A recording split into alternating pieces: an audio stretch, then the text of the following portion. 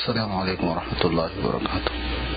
نحمده ونستعینه ونستغفره ونؤمن به ونتوکل علیہ ونعوذ باللہ من شرور انفسنا ومن سیئات اعمالنا من يهده الله فلا مضل له ومن يضلله فلا هادي له ونشهد ان لا اله الا الله وحده لا شريك له ونشهد ان سيدنا ونبينا ومولانا محمدا عبده ورسوله صلی اللہ تعالی علیہ وعلى آلہ واصحابہ وسلم تسلیما کثیرا کثیرا. اما بعد.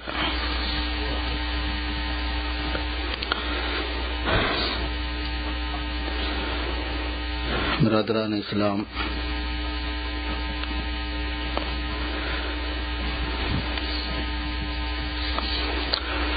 غالب گمان یہی ہے کہ سیرت نبوی کے موضوع پر آپ حضرات سنتے رہے ہوں گے.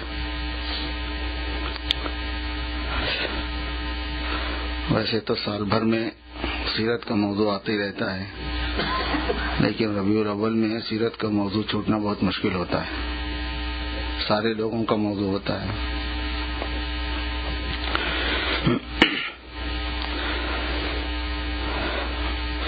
ویسے سرکار دو عالم صلی اللہ علیہ وسلم کے ساتھ آپ کی امت کا جو رشتہ ہے، تعلق ہے، اس کی نوعیت دوسرے تمام تعلقات سے الگ ہوتی ہے.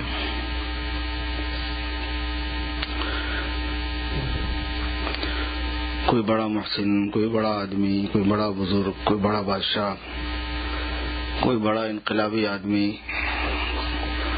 ان کی شخصیت کی جب یاد آتی ہے یا ان کا ایسا دن گزرتا ہے جس میں انہوں نے کوئی کارنامہ انجام دے کے یہاں سے رفت سفر باندھا ہو، تو سب لوگ اس کو اسپیشل یاد کرتے ہیں. لیکن امت مسلمہ کے لیے سرکار دو عالم صلی اللہ علیہ وسلم کی حیثیت اس سے بھی بہت مختلف ہے.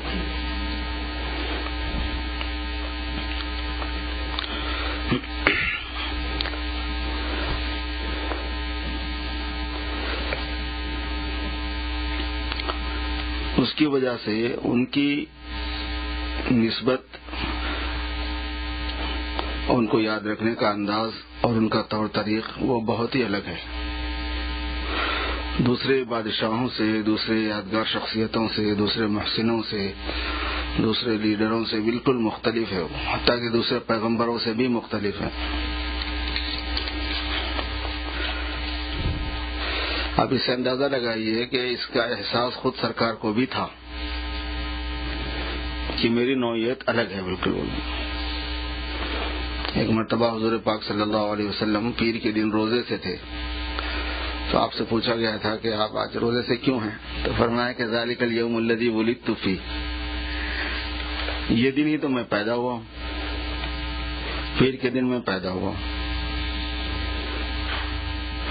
تو حضور سے تعلق رکھنے کی نوعیت کچھ ایسی ہے کہ جس کو واقعتاً تعلق کا کچھ ایکسٹرا زائد ثبوت دینا ہو تو عمر بھر اس کو پیر کے روزے رکھنے پڑتے ہیں.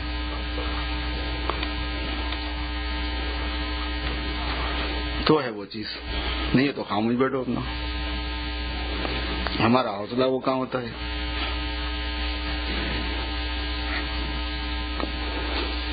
کیونکہ وہ اللہ پاک کا بہت بڑا احسان ہے. شخصیت سرکار کی انسانیت پر اللہ کا احسان ہے، تو شکرانہ اللہ کا ہے وہاں پہ.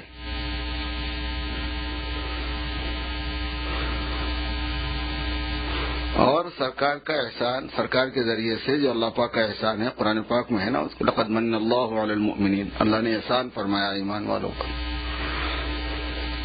اچھا، یہ انسانیت پر بھی احسان، جنات پر بھی احسان، سارے عالمین پر احسان ہے، ارض و سما پر احسان ہے، عرش و کرسی پر احسان ہے،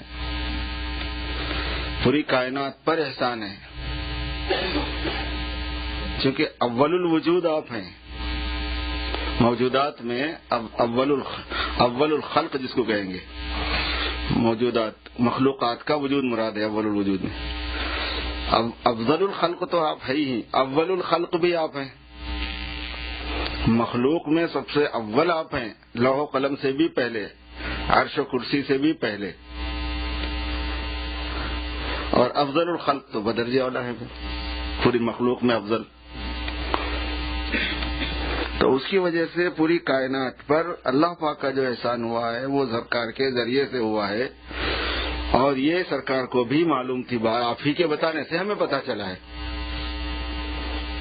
تو اس لیے اللہ کا احسان حضور پاک صلی اللہ علیہ وسلم کی اس دنیا میں تشریف آوری پر اس کا شکریہ خود حضور پاک صلی اللہ علیہ وسلم اس طریق سے ادا فرماتے تھے.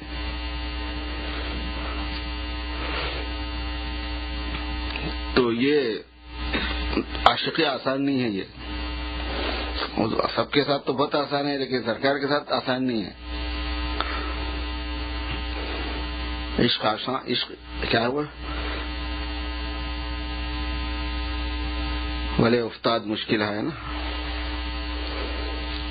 آسان شروع میں تو آسان لگتا ہے یہ، لیکن اس کو رکھنا اور نبھانا جو ہے نا وہ بہت لمبا کام ہے. اس لیے ہم جیسے سوالیوں کو فرائض اور واجبات اور سنن مؤکدہ پر پابندی ہو گئی تو بہت بڑی بات ہے، لیکن اگر کسی کو اظہار تعلق میں اس کا حوصلہ ہو جائے تو خوش نصیب ہے، وہ بڑا آدمی ہے. کیونکہ خود حضور پاک صلی اللہ علیہ وسلم اس کا اہتمام فرماتے تھے، صحابہ اہتمام فرماتے تھے، اولیاء اللہ اہتمام فرماتے تھے، بزرگان دین اہتمام فرماتے تھے. پیر کا بھی اور جمعرات کا بھی روزہ رکھتے تھے یہ بزرگ. اور ابھی بھی مکہ مدینے میں میں نے دیکھا بے شمار لوگ رکھتے ہیں روزہ پیر کا. باضابطہ پیر کے دن دسترخوان بچتا ہے مدینے مسجد نبوی میں بھی اور مسجد الحرام میں بھی. افطار کے وقت میں دفتر میں بھائی آج کیوں، یعنی کہ آج پیر ہے، آپ کو نہیں معلوم؟ عرب بول رہے تھے. اب ہم لوگ انڈیا پاکستان کے لوگوں کی عاشقی دوسرے انداز کی ہے. ہمیں 12 ربیع الاول چاہیے کچھ منانے کے لیے. ابھی فون کیا تھا میں نے تو وہاں خوب ہنگامہ ہو رہا تھا، آوازیں آ رہی تھیں. میں نے پوچھا، انڈیا فون کیا تھا، گھر سے فون آیا تھا. میں نے کہا یہ کیا ہو رہا ہے؟ کہیں گے آپ کو معلوم نہیں ہے، آپ کو 12 ربیع الاول کے جلوس نکل رہے ہیں. ہر گلی، ہر نکڑ، ہر بازار، سب لائٹنگ میں بقائے نور بنا ہوا ہے اور جلوس نکل رہے ہیں اور شور ہو رہا ہے، ہنگامہ ہو رہا ہے. اب تو عید کی نماز بھی ہو رہی ہے وہاں پہ، آپ لوگوں کو پتہ نہیں پتہ ہے کیا نہیں؟ حیدرآباد میں تو عید کی نماز ہوتی ہے ہمارے پاس. 12 ربیع الاول کو عید کی نماز، 12 ربیع الاول کو نئے کپڑے، 12 ربیع الاول کو شیر خورما، سب چل رہا ہے اب.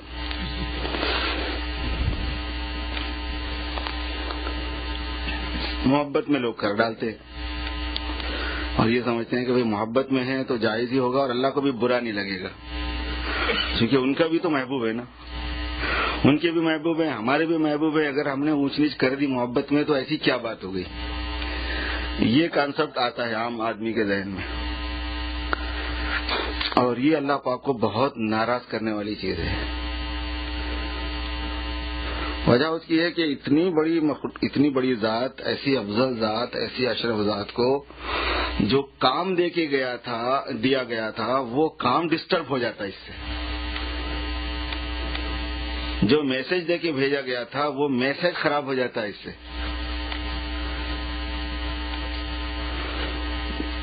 جتنی بڑی ذات ہے ان کی بات بھی اتنی بڑی، ان کا دیا ہوا پیغام بھی اتنا بڑا. اب جتنے جتن کے ساتھ حضور پاک صلی اللہ علیہ وسلم کو بھیجا گیا تو جس چیز کے ساتھ بھیجا گیا وہ کتنا عظیم نہیں ہوگا. آپ کی تشریف آوری، آپ کی آمد سے پہلے ارحاسات کہتے ہیں ان خاص واقعات کو، خلاف عادت واقعات کو جو آپ صلی اللہ علیہ وسلم کے اس دنیا میں آنے سے پہلے پیش آئے معجزات کے طور پر. معجزہ بھی خرق عادت ہوتا ہے، ارحاس بھی خرق عادت ہوتا ہے. مگر دونوں میں فرق یہ ہوتا ہے کہ معجزہ آپ کے ذریعے سے کروایا جاتا ہے، آپ ہوتے ہیں اس وقت حضور اکرم صلی اللہ علیہ وسلم. ارحاس آپ نہیں ہوتے وہاں پر، مگر آپ کی وجہ سے کیا جاتا ہے. جیسے ستارے زمین کے قریب آ گئے تھے، جیسے ابرہا کے لشکر کو ابابیل کے ذریعے سے ختم کر دیا گیا تھا، ارحاسات میں شمار کرتے ہیں اس کو. حضور کی برکت، چونکہ حضور اس کے 50 دن کے بعد پیدا ہو گئے تھے. جیسے وہ کسرا کے محل کے کنگن جو ہے نا وہ گر گئے تھے ٹوٹ کے، ارحاسات میں آتے ہیں سب واقعہ. تو اندازہ فرمائیے کہ ارحاسات اتنے آپ کی دنیا میں آنے سے پہلے اور پیغمبروں کے ذریعے سے جو تعارف آپ کا کرایا گیا، بعض پیغمبروں کا پرپز یہ مقرر کیا گیا، مشن یہ مقرر کیا گیا. آپ کا مشن یہ ہوگا کہ آپ حضور کا انٹروڈکشن کرا دیں گے پوری دنیا میں، آپ کو بھیجا اس لیے جا رہا ہے. یعنی عیسیٰ علیہ السلام. حضرت عیسیٰ علیہ السلام کے دنیا میں بھیجے جانے کے مقاصد میں سے، آپ کی مشن میں سے آپ کا تعارف تھا، حضور پاک صلی اللہ علیہ وسلم کا تعارف تھا. اور یہ قرآن پاک میں ہے، اور یہ حضرت عیسیٰ کی زبان میں ہے. یعنی حضرت عیسیٰ علیہ السلام نے اپنی قوم سے یہ کہا کہ میں اس مشن کو لے کر آیا ہوں.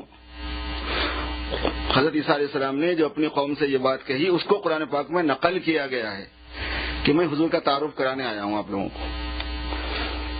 وَإِذْ قَالَ عِيسَى ابْنُ مَرْيَمَ يَا بَنِي إِسْرَائِيلَ إِنِّي رَسُولُ اللَّهِ إِلَيْكُمْ مُصَدِّقًا لِمَا بَيْنَ يَدَيَّ مِنَ التَّوْرَاةِ وَمُبَشِّرًا بِرَسُولٍ يَأْتِي مِن بَعْدِي اسْمُهُ أَحْمَدُ.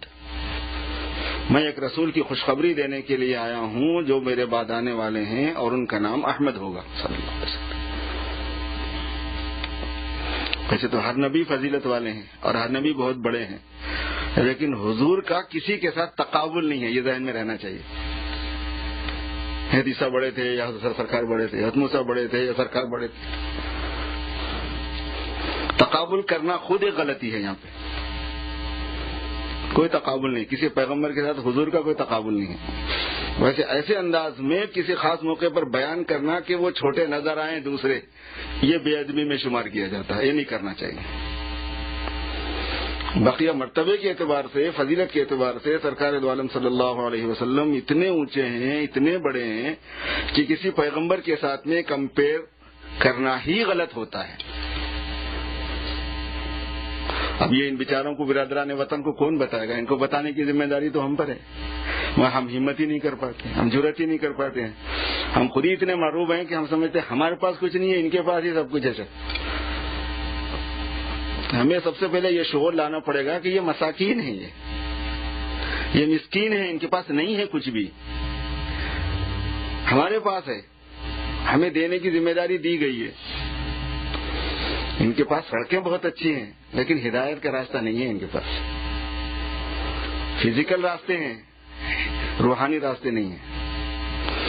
ان کے پاس لائٹ نہیں جاتی کبھی، جیسے اپنے پاس لوڈ شیڈنگ ہوتی رہتی ہے، لیکن ان کے پاس نور ایمان، نور ہدایت نہیں ہے.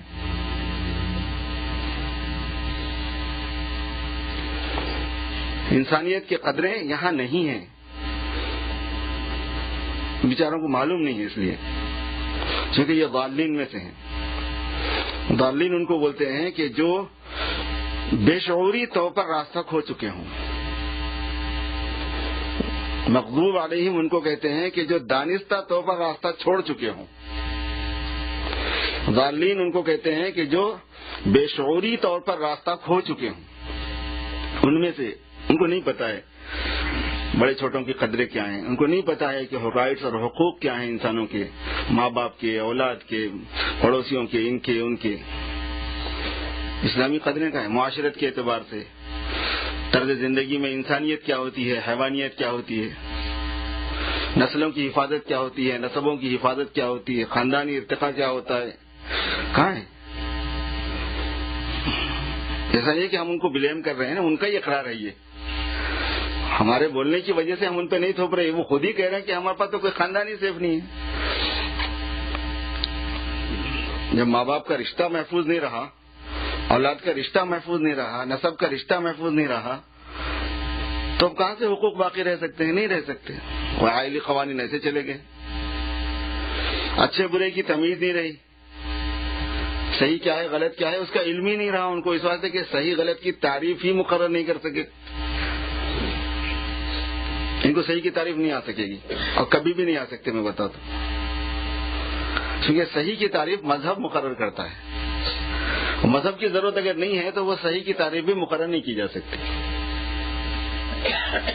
پھر صحیح ہے کہ میرے پاس جو چیز صحیح ہے وہ صحیح ہے، آپ کے پاس جو چیز صحیح ہے وہ صحیح ہے، اور دونوں کی صحیح میں کلاش ہے.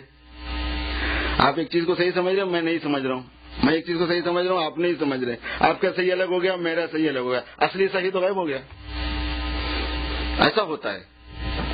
جب جہاں سے سائنس کا یہ نقطہ نکلا کہ جو چیز آپ محسوس کر سکتے ہیں اس کو آپ ماننا ضروری ہے، جس کو آپ محسوس نہیں کر سکتے اس کا ماننا ضروری نہیں ہے، آپ پر مرضی ہے آپ کی. تو پھر خدا ہے، فرشتے ہیں، غیب ہے، تقدیر ہے، آخرت ہے، جنت ہے، دوزخ ہے، مسٹ نہیں رہا اس کا ماننا. اس لاجک نے، اس فلسفے نے، اس تھیوری نے اس کو غیر ضروری سمجھا. جب اس کو غیر ضروری سمجھا تو جب خدا کا ماننا ہی ضروری نہیں رہا تو پھر صحیح غلط کو مقرر کرنے والا کون رہے گا؟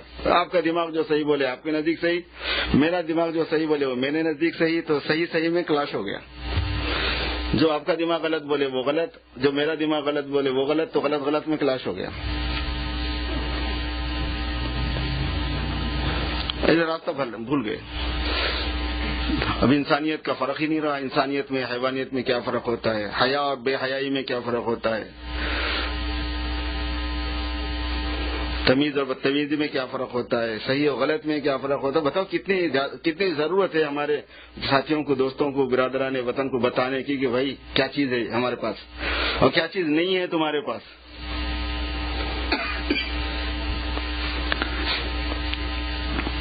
اس لیے سرکار دو عالم صلی اللہ علیہ وسلم کا احسان جو ہے وہ اللہ پاک نے، اللہ کا احسان ہے وہ ساری انسانیت پر.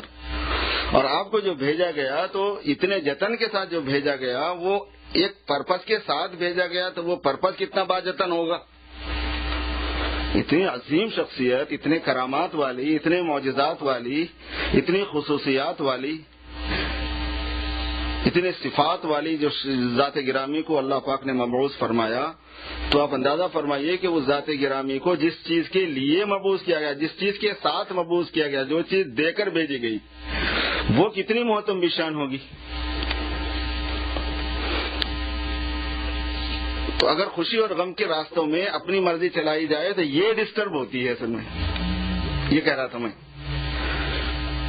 ہم اپنی مرضی سے حضور پاک صلی اللہ علیہ وسلم کی دنیا میں تشریف آوری کو جیسا چاہے منا لیں گے، خوشی کا اظہار کر لیں گے، تو وہ ظاہر ہے کہ اللہ پاک نے جس مقصد کے ساتھ آپ کو بھیجا تھا وہ ڈیمیج ہو جاتا ہے. تو اللہ کی خوشی کا باعث کہاں ہوگا، وہ ناراضگی کا باعث ہو جاتا ہے.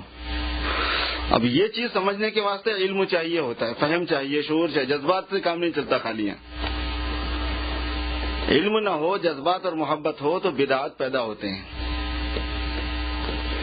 علم ہو اور جذبات و محبت پیدا نہ ہو تو مکاری اور الحاد پیدا ہوتی ہے. یہ قاعدہ ہے.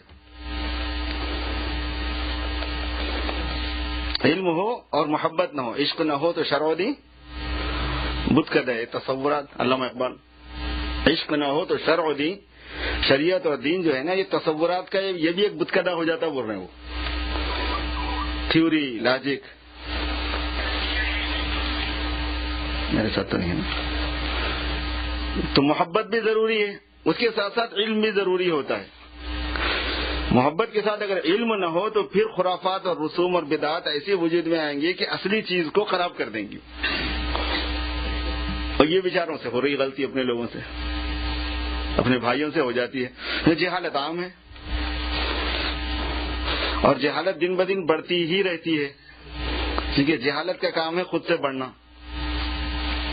علم خود سے نہیں بڑھتا، اس کو بڑھانا پڑتا ہے. جہالت خود سے بڑھتی ہے، اس کو بڑھانا نہیں پڑتا ہے. چمن کو جو چیز آپ رکھنا چاہ رہے ہیں اس کے اوپر محنت کرنی پڑتی ہے، جو نہیں رکھنا چاہ رہے ہیں اس پہ محنت نہیں رکھنے کی کرنی پڑتی ہے. نہیں تو آٹومیٹک آتی ہے. گھاس ہے، گنجال ہے، کچرا ہے، یہ ہے، کانٹے دار پودے ہیں، پھولوں کو کھا جانے والے خضر درخت ہیں وغیرہ وغیرہ، یہ تو خود ہی آتے ہیں. جہالت خود پیدا ہوتی ہے. جہالت ہمیشہ غالب رہیں گی، زیادہ رہیں گی. اور روزانہ کم از کم جاہلوں میں 5 لاکھ سے زیادہ کا اضافہ ہوتا ہے مسلمانوں میں. عالم کا 5 لاکھ تیار ہوتے روز. آپ بولیں گے یہ کام کا حساب لے کے آ رہے ہیں 5 لاکھ کا، حدیث میں ہے کیا؟ نہیں، حدیث میں نہیں ہے. یہ لوگ یہ کہتے ہیں، جو عام طور پر ایوریج نکالنے والے، حساب کتاب دیکھنے والے کہتے ہیں کہ روزانہ 15 لاکھ آدمی پیدا ہوتے ہیں اور 15 لاکھ مرتے ہیں. انسانوں کا جو بیچ آتا ہے دنیا میں وہ 15 لاکھ کا ہے روز کا. جو بیچ جاتا ہے دنیا سے، روحوں کا جو قافلہ جاتا ہے وہ 15 لاکھ کا ہے. اور یہ ریگولر ہے. ارریگولر جو ہے نا وہ الگ ہے. طوفان آ گیا، سونامی آ گئی، زلزلہ آ گیا، وہ الگ سیٹ اپ ہے. وہ یہ عام طور پر ہے. اتنے پیدا ہوتے ہیں، اتنے مرتے ہیں. تو اس میں سے مسلمان ہی پوری دنیا میں اصلاً زیادہ ہیں. تو ان 15 لاکھ میں سے مرد اور عورت بچوں کو ملا لیا اب تو 5 لاکھ آپ آرام سے نکال لے سکتے ہیں، 1/3 کو.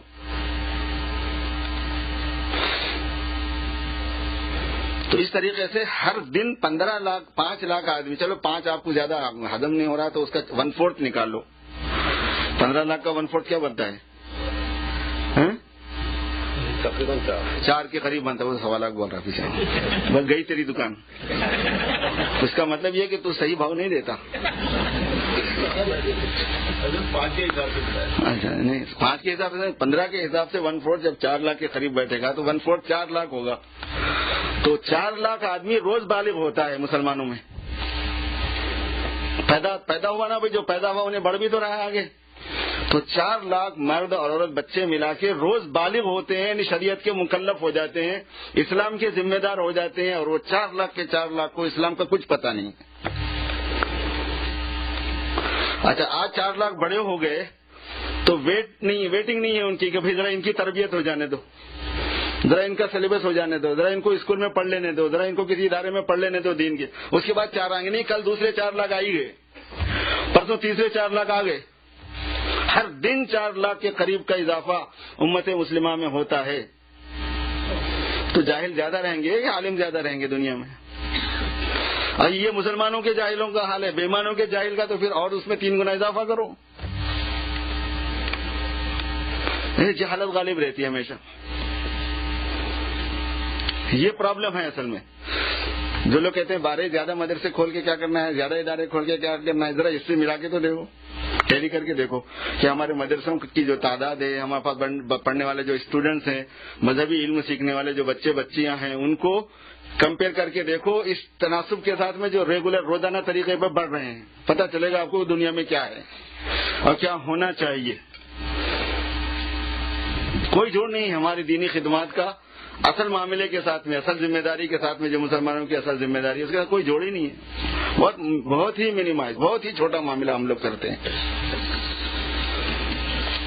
جاہل جب زیادہ ہو جائیں گے تو میرے دوستو، اگر وہ عالموں کی اتباع کریں گے تب تو جاہلیت سے نکلیں گے. اگر وہ علماء کی اتباع نہیں، یا تو خود علم سیکھیں یا اہل علم کی اتباع کریں، اور اگر نہیں تو پھر جاہلیت کریں گے. اور جاہلیت جو ہے نا وہ اسلام سے ہٹی ہوئی لائف ہوتی ہے. جاہلیت کس کو کہتے ہیں؟ زمانے جاہلیت سے مراد کیا ہے؟ اسلام سے پہلے کا زمانہ. اس کے اندر قیصر و کسریٰ کی بادشاہتیں آ گئی، ان کا 1000 سالہ تہذیب و تمدن آ گیا، 5,000 سالہ پرانا. چائنا کا 5,000 سالہ تمدن آ گیا. کسریٰ اور قیصر کا 1000 سالہ تمدن آ گیا. جاہلیت ہی کا حصہ ہے وہ. زمانے جاہلیت میں پہنا جاتا تھا، مکان عالیشان بنائے جاتے تھے. پرانے زمانے کے کھنڈرات نہیں ہے، اسلام سے پہلے کے کیسے بڑے بڑے کھنڈرات ہیں، کیسی آبادیاں ہیں، کیسے محلات ہیں، کیسے احرام ہیں بنے ہوئے. جاہلیت کے تو ہیں وہ بنے ہوئے. انجینئرنگ کیسی تھی وہاں پہ، علاج معالجے کا سسٹم کیسا تھا پہلے، پہننے اوڑھنے کا نظام کیسا تھا پہلے. پہننے اوڑھنے کے نظام کا یہ حال تھا کہ کسریٰ کے دربار میں جب تک اس زمانے کے 1.5 لاکھ جو بھی اس زمانے کی کرنسی تھی اس کا لباس آدمی کے جسم پر نہ ہو، اس کو بادشاہ کے دربار میں داخل ہونے کی اجازت نہیں تھی. باضابطہ چیک کیا جاتا تھا کہ یہ بیٹھنے کے قابل لباس پہن کے آیا کہ نہیں آیا. اب ایک جوڑے کے اندر، ایک سوٹ کے اندر اس زمانے کے 1.5 لاکھ ڈالر یا 1.5 لاکھ روپے جو بھی آپ ڈالیں گے، بتائیے کہ اس زمانے میں کون پہنتا ہے 1.5 لاکھ کا؟ اس زمانے کے 1.5 لاکھ کا تو کوئی نہیں پہنتا. تو پہننے کے اعتبار سے ویسے تھے، محلات کے اعتبار سے، عمارتوں کے اعتبار سے ویسے تھے. وہ یہ سب جاہلیت کا ہی حصہ ہے. ہمیں یہ بھی سمجھنا ہے کہ جاہلیت کس کو کہتے ہیں، اسلام کس کو کہتے ہیں. جاہلیت اس زندگی کو کہتے ہیں جو اسلامی تعلیمات سے منحرف ہو کر پائی جاتی ہے، چاہے وہ کسی شکل میں پائی جائے. اور اس میں کھانے کی تنگی، پہننے کی تنگی، مکانات کی تنگی، تعمیرات، ان چیزوں سے اس کا کوئی تعلق نہیں ہے. اس سے کہیں زیادہ ترقی یافتہ بھی گزرے ہیں اس سے پہلے. دنیا میں جنہوں نے جنتیں بنوا دی ایسے بھی لوگ گزرے ہیں. شہر کے شہر آباد کر دیا ایسے بھی لوگ گزرے ہیں. بڑی ترقی یافتہ بھی گزرے. ان کے اپنے وقت کے اعتبار سے، حالات کے اعتبار سے کیا کیا چیزیں اللہ پاک نے ظاہر فرمائی تھی وہ تو اللہ ہی کو معلوم ہے. کھانے پینے کے اندر اتنی فراوانی اور اتنا تنوع تھا، عرب میں نہیں تھا لیکن قیصر و کسریٰ کے پاس تو تھا نا. اتنا تنوع تھا کہ ایک رئیس کے پاس، ایک بادشاہ کے پاس کم از کم 1000 باورچی ہوا کرتے تھے. تاریخ کی کتابوں سے بول رہا ہوں میں آپ کو یہ بات. ہزار باورچی. ایک بادشاہ دوسرے بادشاہ پر اگر حملہ کر دیا اور اس کو بھاگنا پڑ گیا تو اپنے بھاگنے کے ساتھ جن چیزوں کو لے کے جاتا تھا اس میں آخری درجے میں سب سے کم درجے کے جس بادشاہ نے اپنے ساتھ باورچیوں کو لے کے بھاگا ہے وہ 200 ہیں. 200 باورچی خوب پکانے والے اس میں لے کے بھاگا ہے. تو میں ان کو پکانے والے ہونا نا، میں گیا تو کہیں تو کھانے کی ایسا تنوع تھا، کھانے میں، پہننے میں ویسا تھا. آپ نے سنا کیسے بات، یہ سب جاہلیت ہے. یہ سب جاہلیت کے اندر پائی جانے والی، ان سب کو جاہلیت کہا اسلام نے، قرآن میں، سرکار نے. اور ہمیں سرکار کی بات پہ یقین ہے کہ آپ سچ بولتے تھے. آپ نے کوئی مبالغہ نہیں فرمائی، آپ بالکل سچے تھے.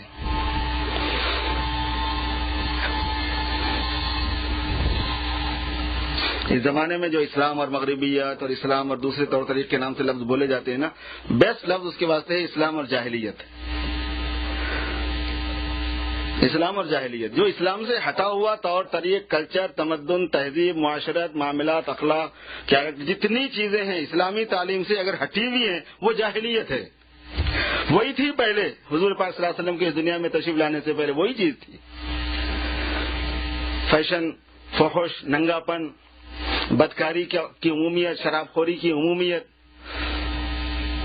مرڈر کا عام ہونا، خودکشیوں کا عام ہونا، دفن کر دینا، اپنے پیٹ کے لیے دوسروں کا پیٹ پھاڑ دینا، اپنے بیوی بچوں کو پالنے کے لیے دوسروں کی لاشوں پہ سے گزر جانا، یہ پہلے ہی ہوتا تھا. یہ سب کوئی نئی چیز تھوڑی ہوتی ہے. جہاں جاہلیت ہوگی وہاں یہی ہوگا. تو سرکار دو عالم صلی اللہ علیہ وسلم کی تشریف آوری اس خاص دین کو دے کر، اللہ پاک کے پسندیدہ طرز زندگی کو دے کر، اسلامی تعلیمات کو دے کر ہوئی. آپ وہ لے کر آئے اور اتنے اہتمام کے ساتھ دنیا میں تشریف لائے، اتنے کرامات کے ساتھ، اتنے معجزات کے ساتھ، کلام الہی کے ساتھ، ایسے علوم کے ساتھ آپ دنیا میں آئے کہ کوئی یعنی وہ علم کی کوئی حد نہیں ہے.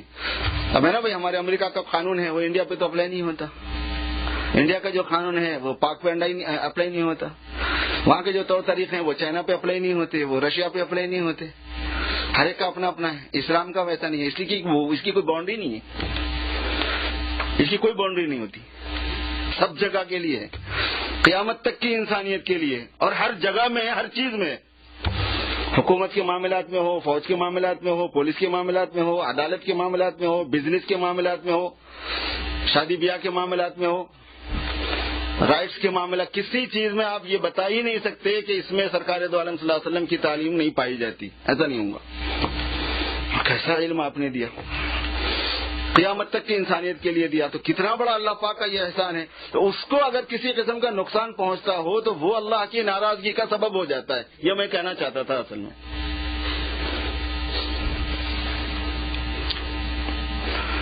تعالی شانہ سرکار دو عالم صلی اللہ علیہ وسلم کی تشریف آوری کو ہمارے لیے پوری طرح قدر کرنے والا بنا دے. آپ کی بعثت سے، آپ کی تشریف آوری سے، آپ کے امتی ہونے کے شرف سے ہمیں مشرف فرمایا ہے، تو ہمیں اس کی پوری قدر نصیب فرمائے. اور اس کے لیے علم چاہیے میرے دوستو. اور اہل علم کی رہبری میں اپنی تھاٹ بھی ویسی بنانا، فکر بھی ویسی بنانا، سوچ بھی، اور اپنے عمل کو بھی اور اپنے آنے والی نسلوں کو بھی اسی رنگ میں رنگنا، یہ اصل فرض ہے ہمارا، اصل ذمہ داری ہے. اور ساری انسانیت کو اس رنگ سے واقف کرانا کہ کیا چیز ہمارے پاس ہے. آج مسلمان کے لیے سب سے بڑے رونے کی بات یہ ہے کہ یہ احساس اس کو ختم ہو گیا کہ ایک ایسی دولت میرے پاس ہے کہ ہفت اقلیم کے بادشاہ کے پاس نہیں ہے وہ چیز، کسی تمدن کے پاس نہیں ہے وہ چیز، کسی ترقی یافتہ ملک کے پاس نہیں ہے وہ چیز، جو ایک غریب پور اور جنا والا بےکس بے سہارا مسلمان کے پاس ہے. وہ اسلام کی دولت، وہ اسلام کی تعلیمات، وہ علم وحی، وہ آسمان کا علم، وہ سرکار دو عالم صلی اللہ علیہ وسلم کی نسبت عالیہ ہمارے ساتھ ہے. وہ ہمارے اندر ترقی کرے اور ساری انسانیت میں ہو، بس اسی میں کامیابی ہے. حق تعالی شانہ ہم سب کو عمل کی توفیق دے.